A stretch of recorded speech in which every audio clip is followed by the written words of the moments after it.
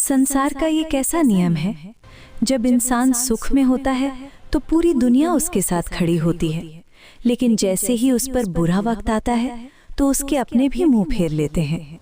आखिर मुसीबत में इंसान अकेला क्यों रह जाता है? क्योंकि पार्वती, ये दुनिया परछाई की तरह है। जरा अपनी परछाई को देखो। जब तक तुम रोशनी में हो, परछाई तुम्हारे साथ साथ चलती है, लेकिन जैसे ही अंधेरा आता है, तुम्हारी अपनी परछाई भी तुम्हारा साथ छोड़ देती है। जब तुम्हारे शरीर का हिस्सा परछाई ही अंधेरे में वफादार नहीं, तो तुम दूसरों से क्या उम्मीद करती हो? अकेलापन सजा नहीं, ये संकेत है कि अब तुम्हें अपनी रोशनी खुद बननी है।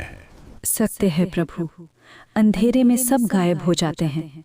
लेकिन दूसरा प्रश्न, सफलता मिलने से पहले इंसान को इतना तड़पना क्यों पड़ता है?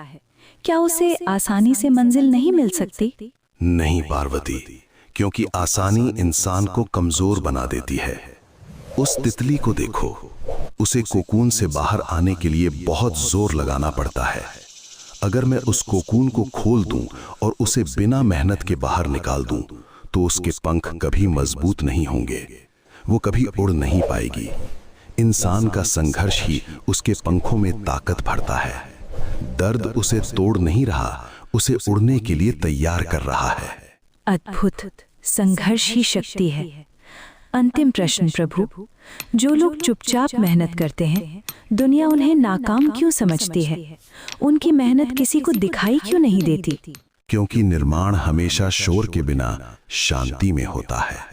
दुनिया उस विशाल पेड़ की तारीफ करती है जो हवा में झूम रहा है, लेकिन कोई उन जड़ों को नहीं देखता जो जमीन के नीचे अंधेरे में मिट्टी को पकड़कर पेड़ को खड़ा रखती हैं। अगर जड़ें बाहर आकर दिखावा करने लगें तो पेड़ गिर जाएगा। सफल व्यक्ति वो है जो जड़ों की तरह गुमनाम रहकर भी अपनी पकड़ मजबूत रखे। हे महादेव, आज जीवन का सार समझ आ गया। साथ छोड़ना परछाई का धर्म है, संघर्ष करना तितली की उड़ान है, और चुप रहना जड़ों की ताकत है। हर हर महादेव।